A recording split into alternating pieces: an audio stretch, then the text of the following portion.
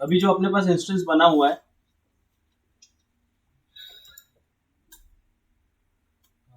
इसमें server configure है। Yes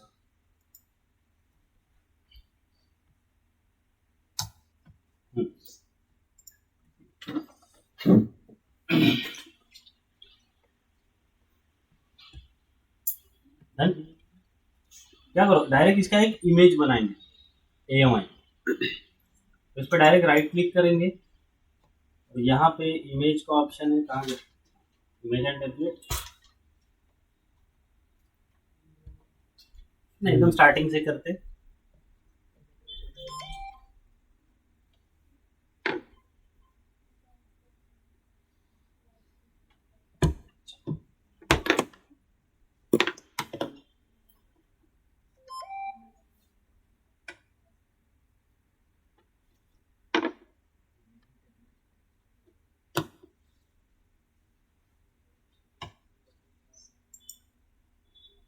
create image करो, इमेज को नाम दे दो, उसको नाम दे दिया ऐप इमेज, मतलब अपना कोई एप्लीकेशन है उसमें डिप्लॉय, वो हमको बनाने का। डिस्क्रिप्शन ना है तो दे दो।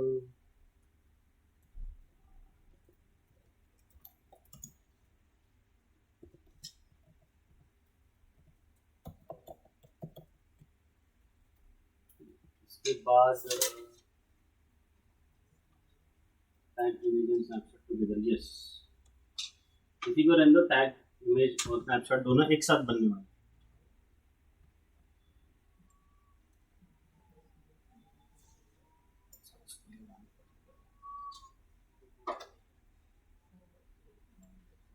नीचे में इधर क्रिएट का ऑप्शन है, क्रिएट कर दो।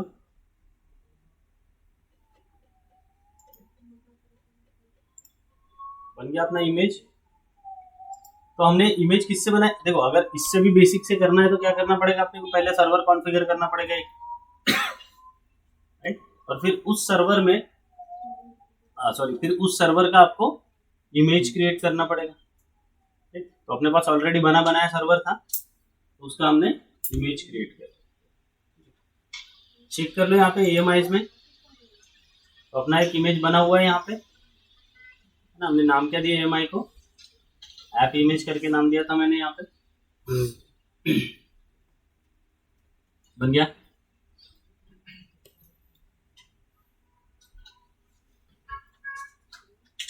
डन।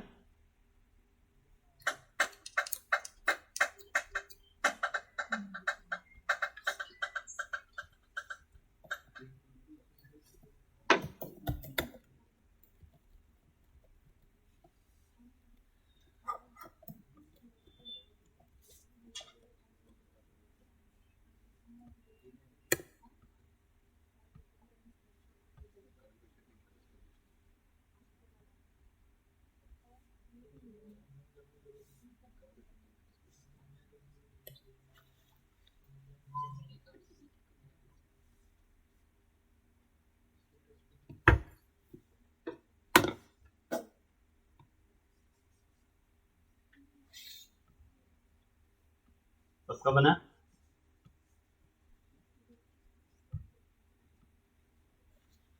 अब देखिए इस AMI से हमको क्या बनाने का है, सर्वर्स। अपने आप बनेंगे वो सर्वर्स, तो डायरेक्ट AMI से थोड़ी बनते। अपने आप जो सर्वर बनते हैं वो किससे बनते हैं, लॉन्च टेम्पलेट या लॉन्च कॉन्फ़िगरेशन से बनते हैं।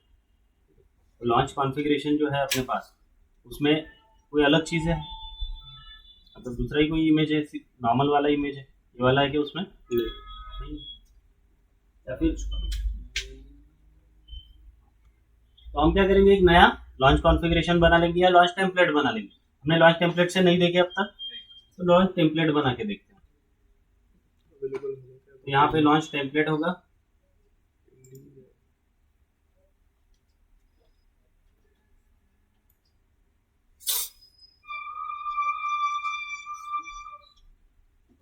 तो create launch template.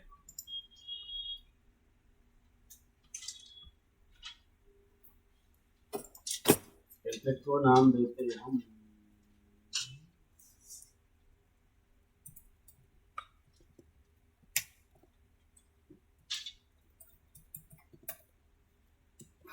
Auto scaling group के लिए बना हमने ये टेम्पलेट। टेम्पलेट वर्जन को यहाँ पे R1 वर्जन 1 दे दिए हमने।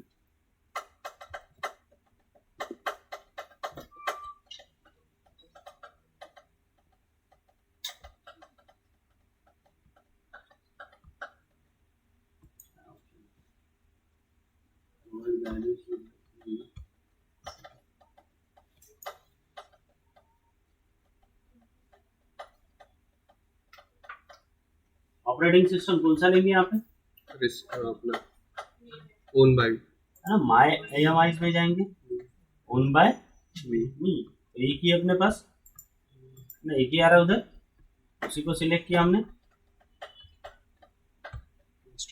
इंस्टेंस टाइप T2 माइक्रो ले लिया हमने। की पेयर एग्जिस्टिंग वाला,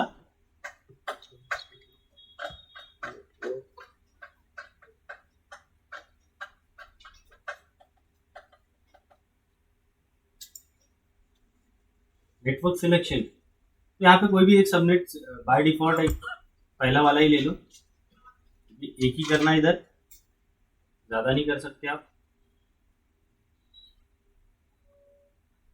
सिक्योरिटी ग्रुप डिफॉल्ट वाला ले लो,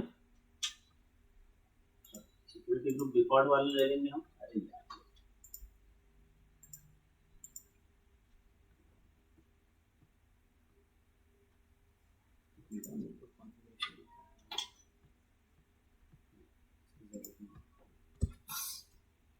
स्टोरेज बाय डिफॉल्ट उसने 10 GB का एक हार्ड डिस्क लिया हुआ है, जनरल पर्पस 2।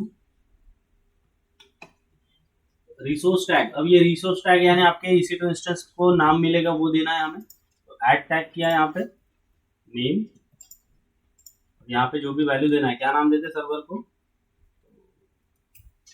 ऐसा कुछ नाम दे दिया।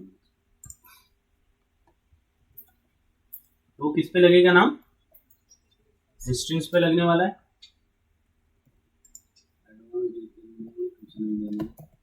सर स्क्रिप्ट डायरेक्ट हमने वो बना बनाया सर्वर ही दिया ना। हाँ, उसका टेम्पलेट स्क्रिप्ट इतनी जरूरत नहीं। ठीक है, क्रिएट कर दो launch template.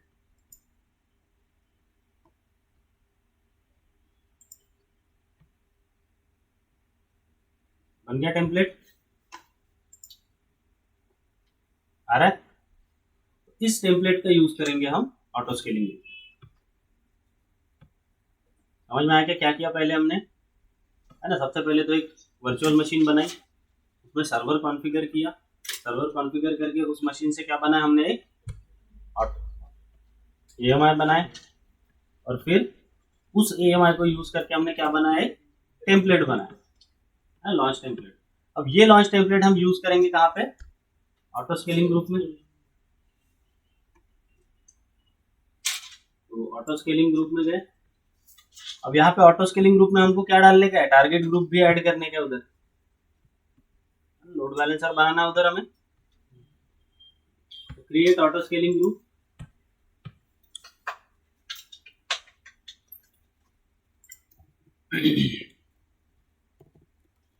Auto scaling group को नाम देना है।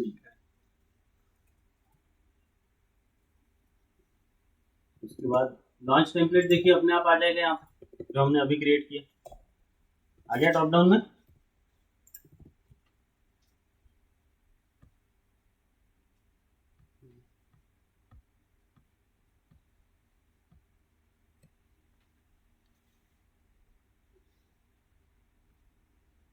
वर्जन 1 अपने आप ले लिया उसने, एक ही वहां पे। नेक्स्ट किया, नेटवर्क सिलेक्शन, VPC डिफॉल्ट ही रखेंगे ऑब्वियसली, जो वहां पे सिलेक्टेड है वही वाला। उसके बाद अवेलेबिलिटी जोन, यहाँ पे आप A और B ले लो।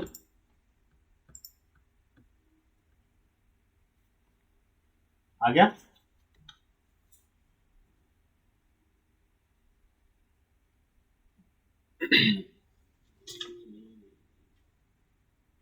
तो माइक्रो ही रखना है।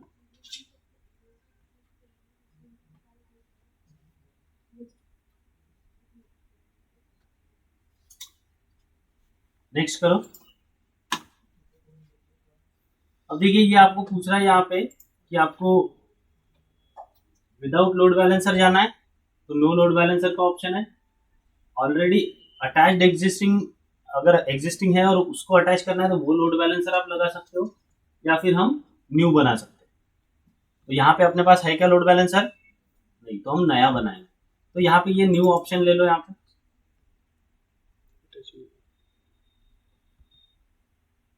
पहले क्या होता था, यहाँ पे एक लिंक रहती थी अटैच लोड बैलेंसर की, उस पर क्लिक किया तो बाय डिफॉल्ट वो लोड बैलेंसर पे भेज देता था, अभी भी भेजता है। Attach to new load balancer, यहाँ पे पूछ रहा है कौन सा बनाने का, एप्लीकेशन या नेटवर्क, कोई तीसरा ऑप्शन है क्या? नहीं है ना, क्योंकि हम जो नॉर्मली एप्लीकेशंस बनाते हैं उनमें ये दो ही यूज होते हैं, है ना। गेटवे का काम क्या है? वो सिक्योरिटी किसको देता है? हाँ? किसी नेटवर्क अप्लायंस को जो जेनेवे प्रोटोकॉल को सपोर्ट करता है, राइट, है ना। तो एप्लीकेशन के काम में आता है क्या वो? नहीं। एप्लीकेशन में जब कोई भी आप जब सर्वर कॉन्फ़िगर करते हो, वेब सर्वर बनाते हो या कोई भी, तो उस केस में ये दो ही यूज होते हैं, नेटवर्क और एप्लीकेशन।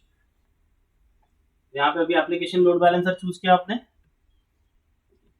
नीचे लोड बैलेंसर का नाम है ना, तो यहाँ पे इसने अपने मन से तो भी दे दिया था, नाम चेंज कर दो आप यहाँ पे, तो भले यहाँ पे उसका नाम रखो ASG लोड बैलेंसर कर देते हम।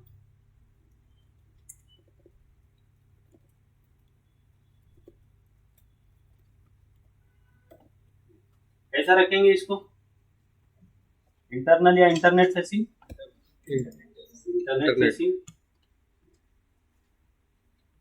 नेटवर्क मैपिंग, ठीक है, बाय डिफॉल्ट उसने ये दो ले लिया क्योंकि वो हमने पहले ही लिया था ऑटो स्केलिंग के टाइम पे। अब ये लोड बैलेंसर, तो लोड बैलेंसर क्या बोल रहा है ना, देखिए हमने जो डायग्राम बनाई थी उसमें क्या लिया था हमने, ऑटो स्केलिंग ग्रुप, उसके अंदर टारगेट ग्रुप, तो ऑब्वियसली दोनों में सेम ही होना चाहिए, राइट। अगर आप चाहते हो कि इसमें और एडिशनल ऐड करना है तो वो कर सकते हो आप, तो फिर क्या हो जाएगा, यहाँ से हम 3 ऐड कर रहे हैं अभी, तो फिर वो ऑटो स्केलिंग ग्रुप और टारगेट ग्रुप उसमें भी वो तीनों आ जाएंगे। अवेलेबिलिटी जोन, अभी अवेलेबिलिटी जोन दो ही चूज है ना यहाँ पे। लिसनर बाय डिफॉल्ट यहाँ पे कौन सा लिया है, HTTP लिया हुआ है क्योंकि एप्लीकेशन लोड बैलेंसर लिया हमने। अब कहाँ पे फॉरवर्ड करना है, तो हमारे पास कोई टारगेट ग्रुप है क्या? नहीं, तो टारगेट ग्रुप बनाना पड़ेगा, है ना। तो यहाँ से ये डायरेक्ट अभी टारगेट ग्रुप पे हमें भेजेगा, तो ये आगे में दिख रहा है इधर, यहाँ पे क्रिएट टारगेट ग्रुप का बटन है। अब देखिए ऊपर टैब कितने ओपन है, यहाँ पे एक है, इस पे क्लिक करेंगे हम तो बाजू में दूसरा टैब ओपन हो जाएगा, ये जहाँ के वहां ही रुका रहेगा ये पेज। किया, अच्छा नहीं बोल रहे थे, वहीं पे दे दिया, यही पेज ने नया क्रिएट कर दिया, मस्त है। बहुत सारी चीजें एडवांस हो गई, पहले यहाँ से भागता था, फिर वहां से, फिर यहाँ पे क्लिक कर दो, यहाँ से दूसरे पे जाता था, अभी इसी में कर रहा है। इसको भी नाम दे दो आप, इसको और नाम बड़ा कर दो, टारगेट ग्रुप।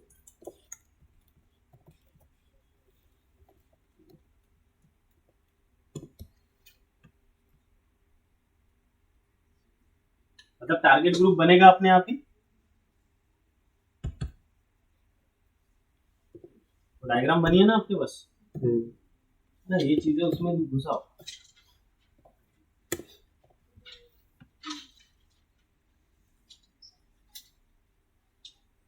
ठीक है, अब यहाँ पे हेल्थ चेक में देखिए अपने पास क्या क्या है। हेल्थ चेक टाइप में यहाँ पे EC2 है ना, आपको दोनों भी चाहिए तो आप क्या करो, लोड बैलेंसर का भी EC2 ले लो, सॉरी लोड बैलेंसर का भी हेल्थ चेक ले लो, तो चेक मार्क लगा दिया तो लोड बैलेंसर का भी ले लेगा वो।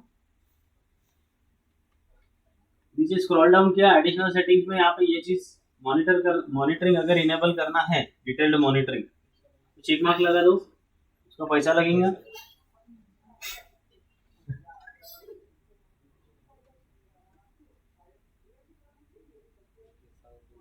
Default instance warm up period, अच्छा, अब ये वार्म अप पीरियड क्या होता है ना, यहाँ पे 300 सेकेंड्स रहता है डिफॉल्ट।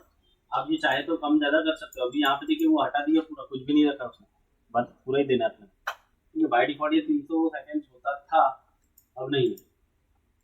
तो वार्म अप पीरियड यहाँ पे सपोज मैंने 150 यानी कितना हो गया, 2.5 मिनट हो ना। और 120 2 minute.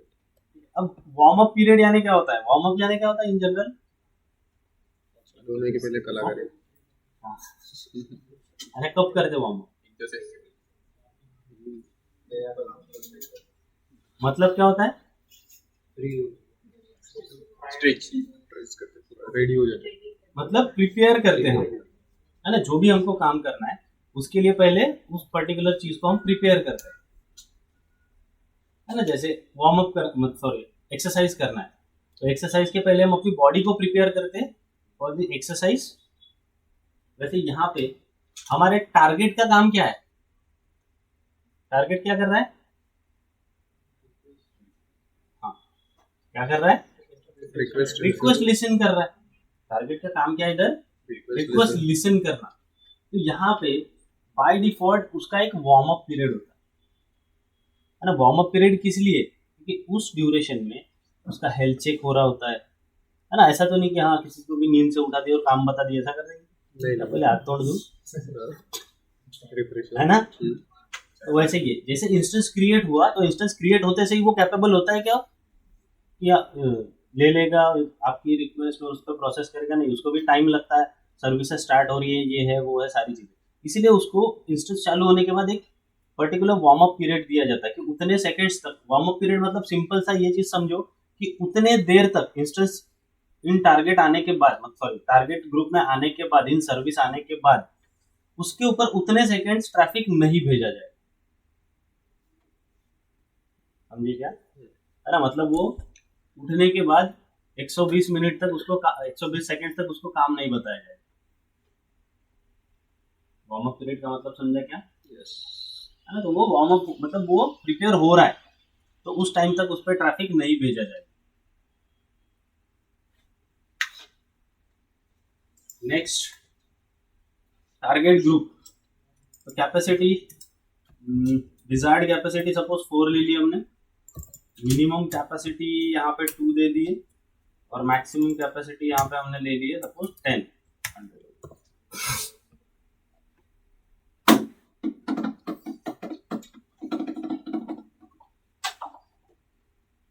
Scaling policy, target tracking रखते हैं हम। टारगेट ट्रैकिंग में पॉलिसी का नाम चेंज करना है, कर दो यहाँ पे।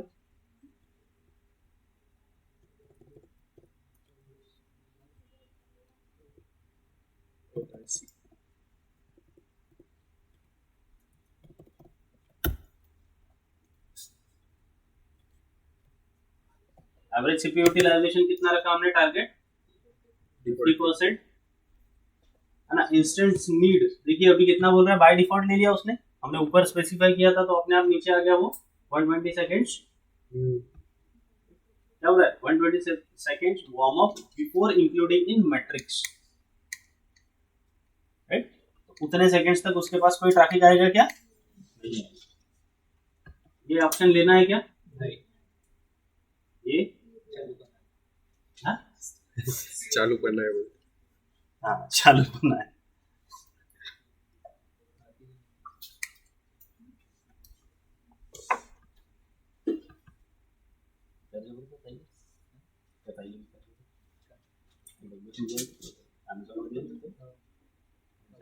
चालू करना जानते हैं।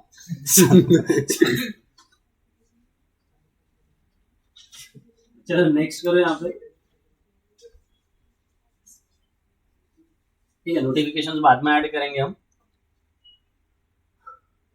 नोटिफिकेशंस के लिए हमको यहाँ पे एसएनएस सर्विस की जरूरत पड़ेगी, तो एसएनएस सर्विस पड़ेगी तो हम फिर उसको भी ऐड कर देंगे।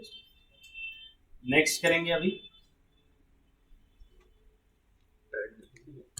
Add tags. टैग्स लगाना है, लगा दो यहाँ पे। तो ये इंस्टेंस जो अपने आप बनेंगे उनके लिए, ठीक है। तो की नेम वैल्यू में यहाँ पे दे रहा हूँ मैं ऑटो स्केलिंग ग्रुप सर्वर, ठीक है। इस तरह से नाम दे दिया उसको।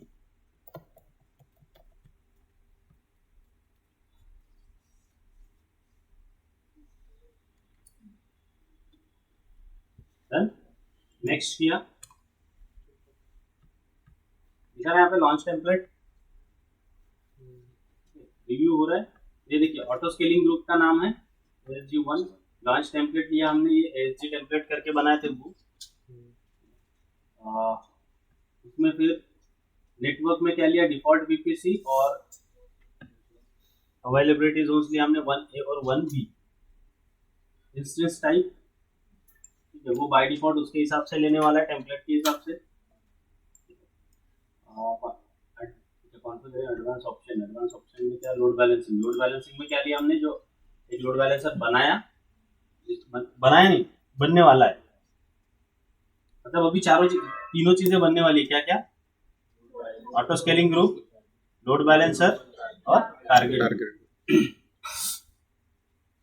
ऑटो स्केलिंग ये बनने वाला है, लोड बैलेंसर है ना, उसमें टाइप लिया हमने एप्लीकेशन, HTTP पे चलेगा। टारगेट ग्रुप का नाम क्या है इधर, ये जो भी आपने दिया होगा यहाँ पे, तो ये टारगेट ग्रुप भी बनने वाला है। हेल्थ चेक स्टेटस इस बार दोनों का लेगा वो, EC2 में और ELB में। तो EC2 में हेल्थ चेक क्या लेता है वो, EC2 का हेल्थ चेक देखा आपने, तो 2x2 आता है, और ELB का तो पूरा है ना, HTTP रिक्वेस्ट सेंड करके चेक करता है, वो हो गया यहाँ पे। एडिशनल सेटिंग्स में मॉनिटर डिसेबल रखा है हमने, वार्म अप पीरियड 120 सेकंड्स रखा है। उसके बाद group size, desired capacity 4, minimum 2 और मैक्सिमम 10। स्केलिंग पॉलिसी कौन सा यूज किया हमने, टारगेट ट्रैकिंग पॉलिसी को नाम दे दिया हमने, as a required to maintain average CPU utilization at 50% target. Action क्या लेगा, ऐड करेगा और रिव्यू करेगा यूनिट्स एज रिक्वायर्ड, मतलब 50 के ऊपर तो बढ़ाएगा, नीचे तो घटाएगा। Instances need 120 seconds to warm up before including in matrix। Scale in protection दिया है क्या हमने उसको, नहीं, तो स्केल इन होने वाला है, मतलब डिलीट होने वाले।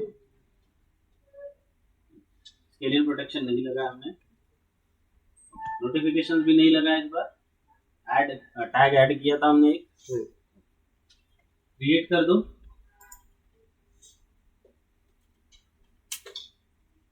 तो तीनों चीजें अपने आप बन जाएगी अभी।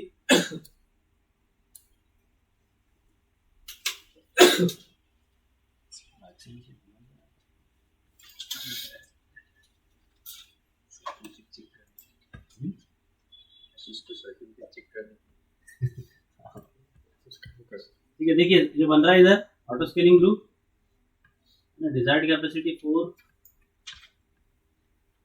यहाँ पे चेक कर लेते हैं हम, टारगेट ग्रुप बन रहा है क्या, बनने का है अभी, आ गया है ना, बन रहा है।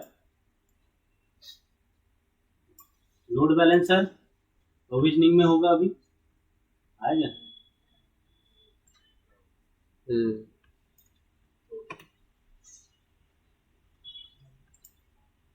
है ना, प्रोविजनिंग में है। इसका मतलब क्या है, अच्छा देखिए यहाँ पे जो इंस्टेंसेस बने होंगे ना, डैशबोर्ड में जाते डायरेक्ट हम,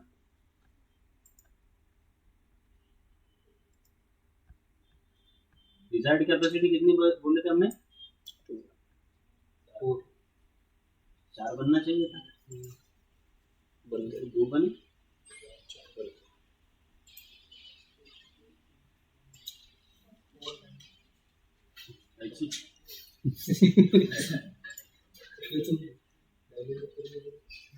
अभी नीचे डालने में लिखा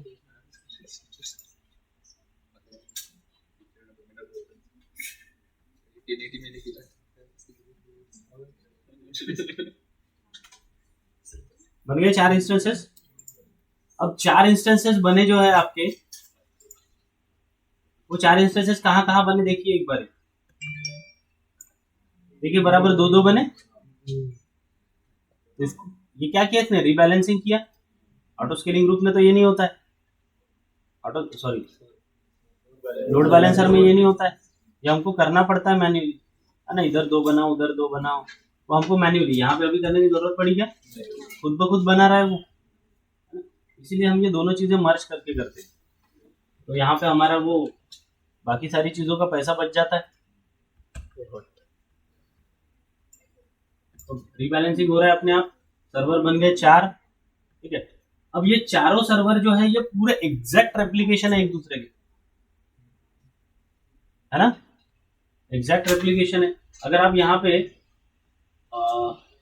2x2 आ गए क्या, आने के आगे 2x2, हाँ 2x2 आ गए इंस्टेंस। ओके, इसका मतलब EC2 का हेल्थ चेक सक्सेसफुल हो गया। उसके बाद लोड बैलेंसर पे जाते हैं, इधर लोड बैलेंसर टारगेट ग्रुप पे जाते हैं। टारगेट ग्रुप में एक बार देखते हैं हम, तो यहाँ पे टारगेट्स में जाके देखो आए क्या, ये हेल्दी आ गए, ये भी हेल्दी आ गए, मतलब इनका भी health check status, sorry health check हो गया चारों का। अब अगर यहाँ पे आप लोड बैलेंसर में जाके देखो तो लोड बैलेंसर में भी एक्टिव आ गया। अब यहां से हमको क्या उठाने का, DNS नेम उठाएंगे उसका और यहाँ पे पेस्ट करते हैं।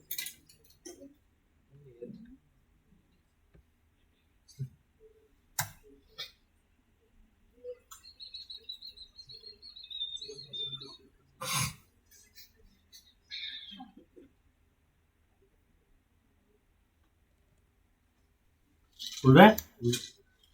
अब यहाँ पे अगर मैं रिफ्रेश करूं तो ये चेंज हो रहा है कि नहीं हो रहा है, नहीं होगा, हो रहा है, हो रहा है बट राउंड रॉबिन चल रहा है यहाँ पे, और वो रेप्लिकेशन है इसीलिए हमको यहाँ पता नहीं चल रहा है। रेप्लिकेशन यानी क्या, एग्जैक्ट कॉपी है वो सब एक दूसरे के, इसीलिए हम जब रिफ्रेश कर रहे हैं तो रिक्वेस्ट दूसरे सर्वर्स पे जा रही है बट यहाँ पता नहीं चल रहा है हमको। आपको अगर पता करना ही चाहिए तो आप मैन्युअली कनेक्ट करके उसके अंदर का कंटेंट चेंज करके देखो, समझेंगे आप।